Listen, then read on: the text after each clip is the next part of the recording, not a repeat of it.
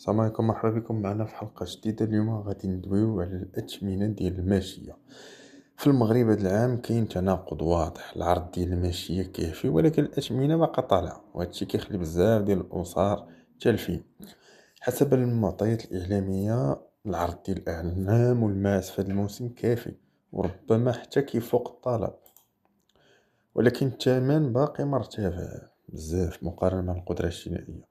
بعض الكسابة كيقولوا بلي حتى السلالات المعروفة مثل السردي ولات غالية، وصلت الأثمنة صعيبة على بزاف ديال الناس، وهذا الوضع خلى بزاف ديال الأسر تبدل الاختيارات ديالها، يا إما تمشي للحيوانات الرخاص يا إما تأجل الشراء حتى لآخر لحظة. ما كاينش أرقام دقيقة موحدة في المصدر اللي يعطينا، ولكن الاتجاه العام واضح، الثمن طالع رغم توفر العرض. كيفاش خدام السوق؟ السوق ديال الماشية كيخدم بقانون العرض والطلب، ولكن هنا كاينين 3 د العوامل مهمين. اول حاجه هو الطلب المبكر، بزاف ديال الناس بداو كيقلبوا بكري، وهذا الشيء كيطلع الثمن في الاول.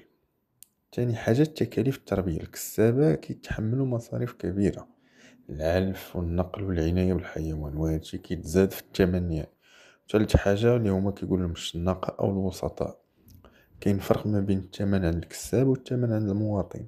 اي وسيط كيضيف هامش ديالو، وهذا الشيء كيخلي الثمن يطلع اكثر، والنتيجه حتى الا كان العرض كافي الثمن ما كيهبطش بالضروره.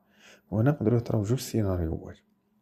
اول حاجه، اذا زاد العرض بشكل كبير مع اقتراب العيد ممكن نشوفوا انخفاض نسبي في الاثمنه، حيث السوق غادي يتوازن.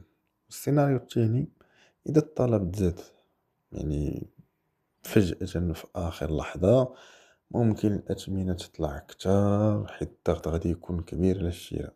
المهم هادو غير احتمالات ماشي متوقعات. دابا هنا المشكل ماشي في قلة الخروف، ولكن في الثمن اللي وصل لمستوى صعيب على بزاف ديال الأسر، والحل كيبقى مرتبط بالسوق، العرض، الطلب والتكاليف. شنو بان ليكم؟ قولنا في الكومنتير.